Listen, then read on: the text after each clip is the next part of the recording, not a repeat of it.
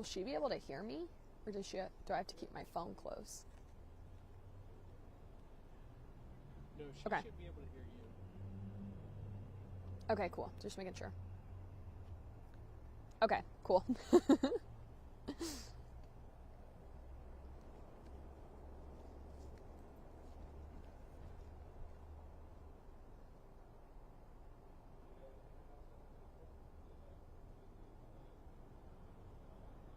One for you, man.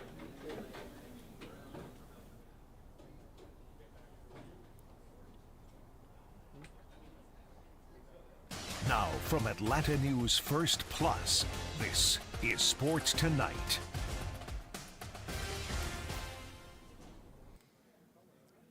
Now, from Atlanta News First Plus, this is Sports Tonight. Bailey is in front of Mercedes-Benz Stadium right now after covering the Raheem Morris press conference. Raheem was introduced today, like almost 2 weeks after he was hired as head coach. Bailey, your initial thoughts on the presser? I was there as well, but I want to get your thoughts. What were they? Yeah, no, I find it interesting because I feel like we have totally different perspectives because you've covered him and have been here when he was a coach, and I know very little. And I will tell you, I said it in one of my hits earlier, I felt like he was one of the most personable coaches in the league after that press conference. I also thought if you can ace a press conference, he did it. He was very personable. He was trying to make it a lot more lighthearted, and I think he was pretty honest too. And I think you saw that when he was asked specifically about quarterback, which I'm sure we'll get into more.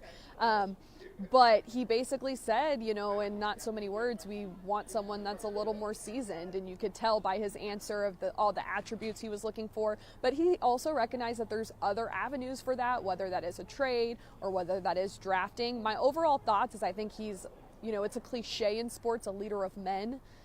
He seems like someone who can relate to players and the players love, but also finds that line of kind of being a player's coach and having to get the job done.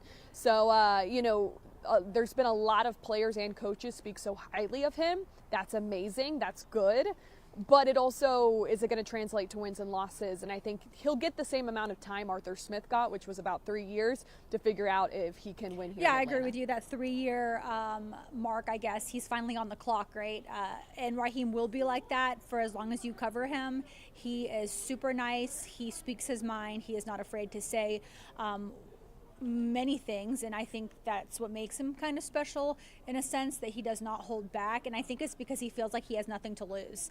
I mean, this guy has stuck around and received positions and lost positions, and I just think at this point he is who he is, and he's going to show that.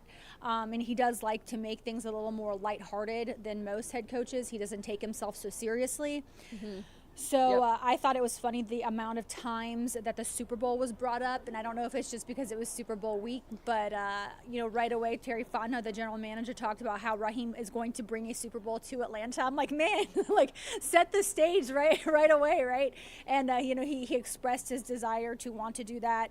Obviously, in 2016, Raheem was with the Falcons when they lost the Super Bowl to the Patriots. That was rough. He said it stung the most of any other game, and I would imagine that most players and coaches probably feel that way. But Bailey, we're going to get to some sound right now with Raheem from earlier today, his press conference. Let's hear what he has to say.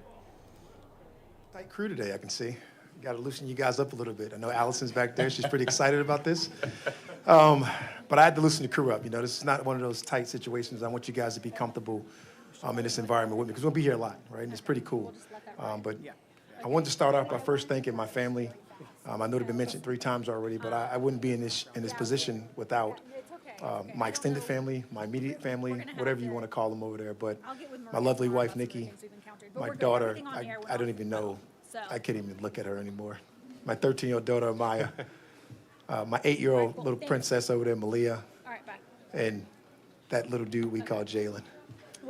Fired up to have those guys here for me, and what a wonderful deal. My mom and dad, I'm fortunate to be here, and just delighted, and doing it for the second time, and getting this position, and having your parents be a part of that, and a part of getting back into the situation. Man, I can't tell you how good that feels as a son and as a person inside this family, and being with these guys, and just everybody that came today to support me and my in-laws, my brother-in-laws, my mother-in-law, everybody involved. And it is absolutely outstanding that they're all here with us. They're with me. My agent in the back, Brian Levy, he's got the camera. He thinks he's part of the media today. Outstanding guy, him and Cedric Saunders. And I wouldn't be here without the Lazans and their help and what they've done for me and everything that's happening with our family and everything that's moving forward. And I thank you guys for coming to support me today. Next, I just wanted to thank the Blink family. And you guys know how close and tightly related I am with the Blink family. But to make this thing happen, to be a part of each other, so thankful, so thoughtful. What a process that I went through with everybody, just the National Football League in general. But having to be a part of the Atlanta Falcons is absolutely outstanding. You know, I know the family well, from the sons and Josh and Max, to Arthur himself, to everybody that was involved, that was there every day on a day-to-day basis. This organization with Greg, with Rich McKay, with Terry, and everybody that was a part of that, with Brett Jukes. All of us, it's so nice to come back and see familiar faces from when you were here the first time and to be able to meet some new people that you're really excited to work with and you're really ecstatic to work with. That was such an awesome feeling. And I also want to thank the people where I come from in LA and the Cronkies and their family and Josh and Stan and just the all-out support that they gave me all the way from the top, going to Les Need, Sean McVay, Kevin Demoff, Tony Pastor, and the people out in LA were absolutely outstanding and how they supported me through the whole process, how they've guided me through the whole process. They've let me grow. They've matured everything that you've done in this business and some of those things. I want to let you guys know I do understand the importance of being the first black coach in Atlanta history without an interim tag. Understand the importance for that for us. Understand the importance for the people before me, the people after me, the current people right now. Understand the importance of that and how important that is to this city, particularly where we are right now in the mecca of black history, right? I think that's very important to acknowledge. The next thing I want to talk about is really the we factor. I am so excited to collaborate with Terry Fontenot and his family and our organization and his group and everything that they've done, right? Since I've left, they've done nothing but build pieces and get just a tightly knitted team put together. They've added to the culture that I can't wait to be a part of and add to. And I just think that was a really important factor for me to come back and a really important factor of allowing me to come back and be a part of that. And I can't say enough about what the people around me have done moving forward and how we're going to move forward together. Make no mistake about it, right? The community supports us on Sundays to go out and win a game. And it's our job to support this community in a bigger way than you can even imagine. So I understand the importance of that as well. This Atlanta community is awesome. I can still remember the day of painting houses and all of our projects that we do. This whole family, this A&B group, is just an outstanding thing to be a part of, and I just can't wait to be a part of that thing and fully invested in doing all the stuff that we want to do with this community. And then the last thing I'm going to mention is the reason we're here. It's going to be a winning culture, and we're here to win football games. At the end of the year, there's only one team that's happy. And Terry mentioned it, but I've only been in that position twice in my career, and I can't wait to go back there again. And I can't wait to do it with you. You guys, the media, you're part of this too. You're part of this team. I know you guys are all serious because it's the opening press conference. You give me the mean looks, but I'll get that out of you soon enough. Let's shake this crowd up, man, and let's have some fun and let the next part of this press conference begin with David Bassley leading the way. All right, we'll go ahead and open up to Q&A. If you can raise your hand if you have a question, mic holders will get to you. We'll start off on the left with Michael Rothstein. Yeah, Raheem, you mentioned, obviously, this is not your, over here, other left. Sorry. You mentioned that this is obviously not your first go-around as a head coach. What did you learn from those 3 years in Tampa? I know it's a long time ago, but what did you learn from those 3 years in Tampa that gives you the confidence that will be more successful this time around? Mike, it's the overall maturity of the profession is really what you got to lean on. The overall growth. Since Tampa, I've dedicated really my professional development to helping whoever I worked for at the time. Right? I was fortunate enough to go to Washington and really work with Mike Shanahan and be around it and see a guy that's won Super Bowls as a head coach, be with him and just really develop, and him allowing me to be behind the curtain, so to speak, moving forward to here with Dan Quinn and going through the process of what we were able to do and doing a lot of winning football games and being able to be a major part of helping and contributing to those factors. Having the ability to go out to LA get the job finished, being behind the curtains there as well, and being with that crew, Mike, it's been one of the things that you just can't ever forget about. One of the things that you can never look over and glaze over is the accomplishments that you have in your career. But now coming back and being a part of the collaboration the shared vision, all the things you want to do with Terry and what he's starting to build, and so excited to come back and going through this process and really going through it in a detailed fashion. I think it's the things that help us move forward. I'm fully prepared. I've been preparing for this since the last day when I was in Tampa, right? And you spend the rest of your time and the rest of your coaching career, you finished up figuring out when you're going to be ready for that moment. And this is the moment. And now it's time to go, Mike, and I can't wait to do it with you, even though I can't find you in the crowd. That's a big deal, Mike. You asked in the first one. I thought we were going to zoom in. I mean, I can't control that. Vegas. He's right? lost in his hat. Terry, for you, I mean, 3 weeks ago, a month ago, whatever it was, when Arthur Blank and Rich McKay were sitting up there, they said that, you know, it was really them, that you'd have input. How much input did you end up having in this entire process, as you're the one up here, at least from a football perspective, that's answering the questions today, since Arthur Blank's not here? Yeah, and Mike, I appreciate the trust and Arthur allowing me to lead that process. And there were a lot of people that were obviously heavily involved in that process, from Greg Beatles, Rich McKay, our assistant GM, Kyle Smith, Ryan Pace. A lot of people put a lot of work into that process, and we know the ultimate decision is on Arthur Blank. But I've learned a lot from the way Arthur leads, because he's making the final decisions, but he's very collaborative, and he wants everyone to be involved and wants to hear what everyone has to say. So I was empowered to lead that process. We know Arthur made the ultimate decision, but it was an excellent process, and we're excited about the result. Go to your right. Please state your name and affiliation. Absolutely. Hey, Coach, Rex Castillo from WRBL News Team. First of all, congratulations on the job. Thank you, Rex. This coaching search had a lot of big names as well. With Coach Belichick, you could talk to the casual fan about like his resume. Not saying you're not qualified, but for some people who may be, a little apprehensive with this decision, how can you assure the Falcons fans that they made the right choice? What you can do for them? Rex, when you're talking about competing in anything that we do, you're always talking about going against the very best. And Coach Belichick, and however you want to word it or however you want to write that, he's going to be considered the very best, if not the best, to ever do it in our profession. And I got so much respect for what he's done in his career. I would never, ever feel slighted or feel anything other way than what people would feel about a Coach Belichick, right? But you got a process in place, and you go through it and let the best man win. And whatever the case may be, I'm just fortunate to be sitting here in front of you. But to tell Falcon fans that we're going to go out there and do because of our football character, being accountable, being disciplined, being coachable, being dependable, I think those are the things that's got to get us going in the right direction. I don't think we can really focus on who was in the process, what you were doing in the process. It's just like going to play a game, right? When you go play those games, it really doesn't matter who's across those lines. It's our job to go out there and get wins. And that was my job in this whole process. That's how I looked at it, right? I got so much respect for anybody who's interviewed or been a part of this process that I can speak the world about all of them.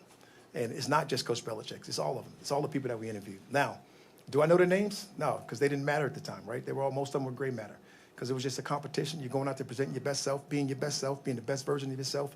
And that's all I can be every single day. Go back left to Allison. Hey, Coach. Allison! How are you? Good to see you again. At what point, I guess, when you left in 2020, could you ever have imagined that you would be back here being the head coach for the Atlanta Falcons? Allison, you hit the nail on the head. This is coming home.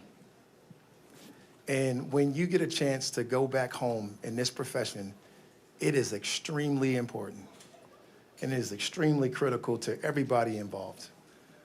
And that is a special moment, not just for me, but for my family, for everybody involved, for the media members that I see around that I know. I can feel the excitement through my texts.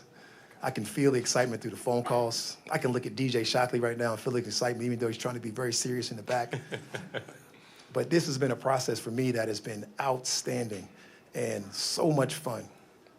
I can't tell you. I can't express the joy that I have right now to be able to come back and work with the Blanks, to be able to come back and work with all these people around me that I've been with for years. And I could talk about this for the rest of the press conference. And I probably may bore you, but I don't know if you've ever been in this spot to coming back home, but this is certainly the best feeling in the world. Go to Bailey, back right. Hey, Coach. Bailey Burmaster, Atlanta News First. Welcome. Kind of going off of that, I'm curious, from 2020 to now, being here as the head coach, where do you feel like you've grown and changed both personally and professionally to make this feel different? Bailey, that goes back to me talking about where I've come from, right? Getting a chance to go help a friend in Sean McVay, go win a championship. Getting a chance to go be around Les Snead and really be jealous of that relationship, right? When I got there, one of the first things I told Sean, just noticing how we moved through daily and rhythm and routine and things that we've done was, man, I am jealous of you and Les Snead's relationship. I said, to watch you guys collaborate and move in silence, be able to talk about everything, have your communication ongoing, have your communication consistent, honest, open, all of those things that you guys do with each other, that is the next step. The maturity level that you get from that and being able to watch that and also talking to one of your really good friends while you're winning the championship, having the ability to go through some hard times that following year, having the year to start off with a really young team and start with your fundamentals, start with your physicality, start with controlling the ball, starting with some of those pillars, I thought was a really cool process. It was a really cool learning experience for me. You know, it was no more fun than helping one of your best friends in the world, one of the people that you care about, winning a championship with an organization, having a chance to take all of those lessons learned, being able to listen, being able to communicate, and now bringing it back here to the Atlanta community to go out here and win what we need to do. And I got a lot of confidence that we can do that with the people I know are here. We'll go Gabe Burns on your left. Hi, Raheem. Congrats. Gabe Burns, Thank you, AJC. Could you just give us a little insight into your coaching staff and why Robinson and Lake were the right guys to bring over? Yeah, I could talk about Robinson first. You know, Robinson's our offensive coordinator for those who don't know. And I explained to these guys when we talked about our staff and we talked about this collaborative effort of going to look for people and really being detailed in the people that we wanted to bring in. And Robinson, from my head and my experience, made a lot of sense. I was around the young Kyle Shanahan, and I saw him really develop and grow into this great play caller that we know that's playing next week, right? I was around Sean McVay when he was young, really young, right? He was with my family really young. And I watched him grow and develop into this great player that we know, play caller that we know. And when I talked about it, you start to name the names, the Mike McDaniels. You start to name the names, the Matt LaFleur, and all the people that you're able to work with, right? This organization was the first organization to allow me to coach on both sides of the ball, right? Whether it was switching in the middle of the season, whether it was switching during the season, whatever the case was. And I saw it. I worked with people. I was with Dirk Cutter. I was with all these guys, Steve Sarkisian, all those people in the playoffs. And I see Zach Robinson, and I see him in the same light. Right? I see him growing, I see him developing, I see him bringing this timing and rhythm and this balance to our offense that we can have and go out here and play. And whatever it looks like, it's going to be fast. It's going to be with those, based on those pillars that we talked about earlier. And those are the things that really just lit me up and made me ecstatic to have an opportunity to bring a guy like Zach Robinson to part of this.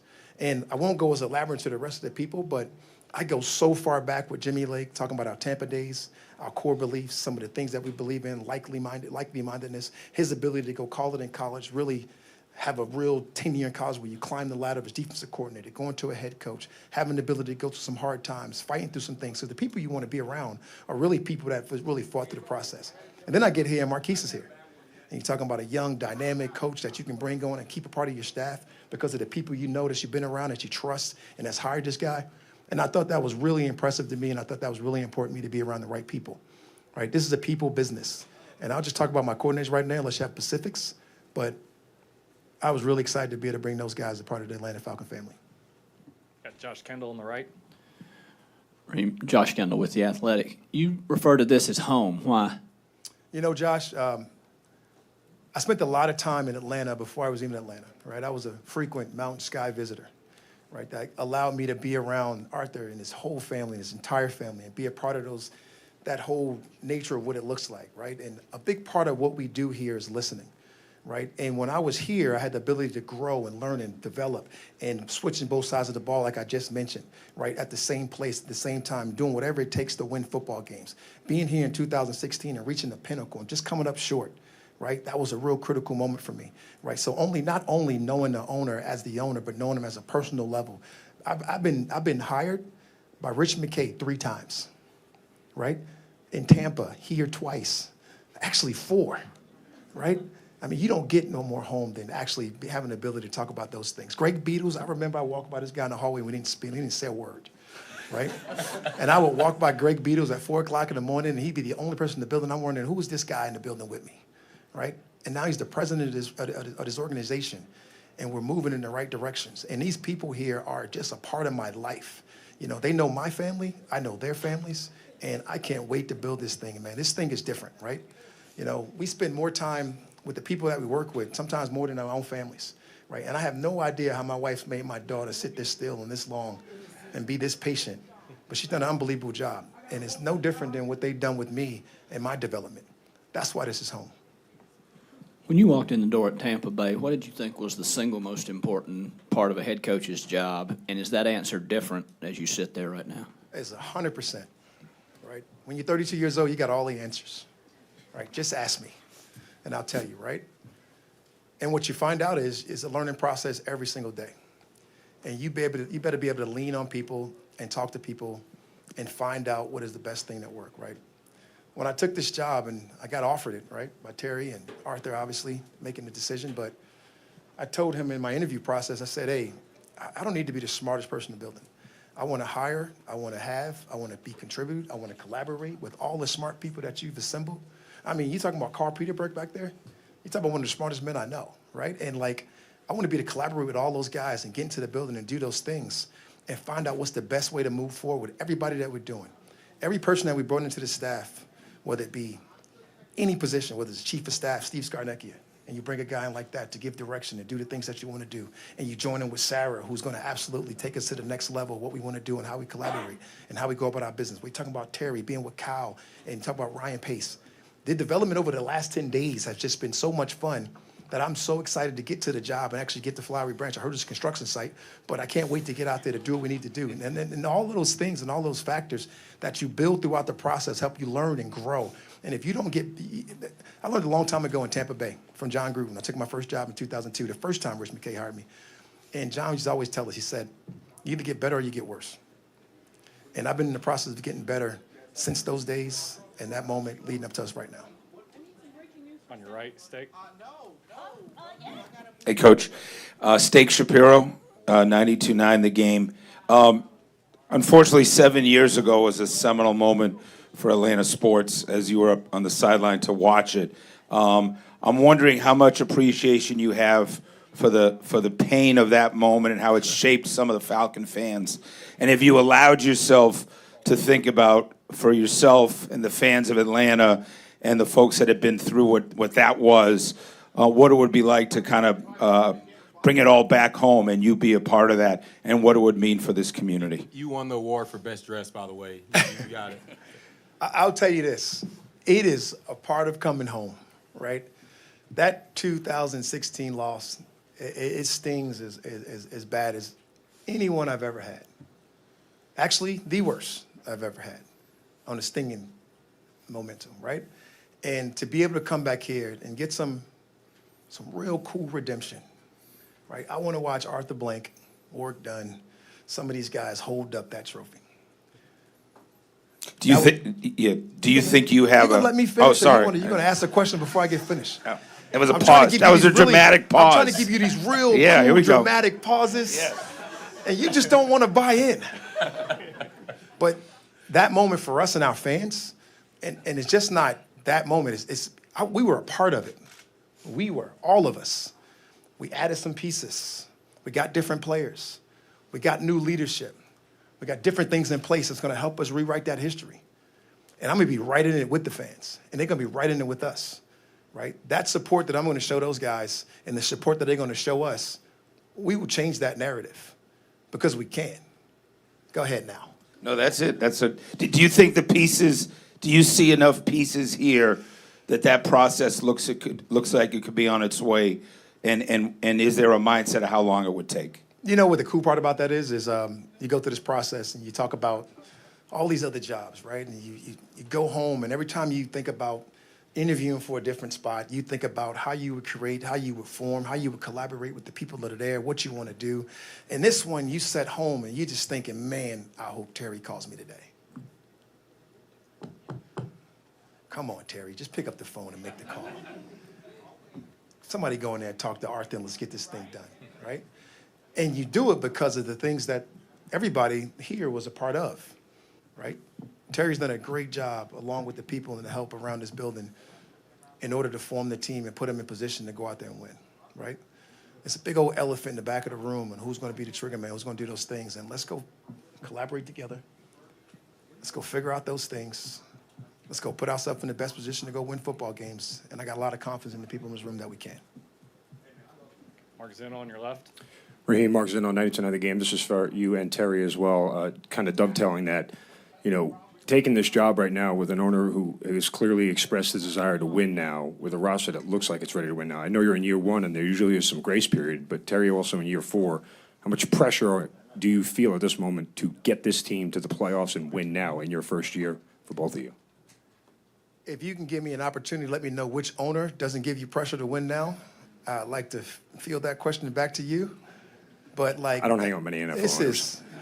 This is what we do. And you got your Scully on, you're really intimidating. But this job comes with pressure. And it comes with pressure that we're all built for. And you got to embrace that. You got to embrace those moments. You got to want those moments. We got to live for those moments. And I don't know about Terry, but I can't wait to go out here and try to win with this man. Yeah, it's exciting, and it's like any other. Obviously, all owners are passionate, but man, I think we have the most passionate owner. He wants to win in the worst way. He's no different than that passionate fan in the front. That's who he is. And you get calls at all hours of the night, and him just talking about little things because that's all he thinks about is winning and wanting to do everything he can do to win. And he'll provide us anything, literally anything, to help us win. And sometimes it's people like Greg that have to make it happen, that have to do it. But look, you go to our facility right now and look at what's going on there. It's exciting, looking at what our locker room is going to be, what our weight room is going to be, looking at what things, there's a lot of exciting things going on. So we appreciate that about Arthur Blank, how passionate he is, and we know he'll provide us with whatever we need to win. And the one thing I can add with that, too, is and I know I've been talking too much, guys, but this is my press conference. But the one thing I can add with that is it does come with pressure, no doubt about it. But when you know you are fully supported by the owner the way we are, that makes it special too. We all got pressure. That's a part of what we do. That's a part of life. But the support that he shows, the direct communication, all of those things that you can have with them is really important to how we move. And I think that's important. How many conversations have you guys had about the quarterback position, and what is that going to look like going forward? What's cool about that is we've had very limited conversations about it right now. And the reason being, we got to formulate a great staff. We've collaborated more on building this staff, and we're almost done, right? We got a lot of people in place, and we want to get people there. And we've had some conversations in brief passing, and we have some ways that we know we can go about getting it. Obviously, free agency, obviously trade, obviously the draft. And those communications, me just landing the other day, are going to continue to happen. I'm so tired of looking at this man on Zoom that I'm so happy to be here so we can do these things. And he's a lot better. Welcome back in, guys. That was new head coach Raheem Morris at his press conference today at Mercedes-Benz Stadium. It'll be an interesting year for sure, but at least we know what to expect with him since he has been with the Falcons before. But that'll do it for tonight's show. We'll see you tomorrow. Thanks for watching.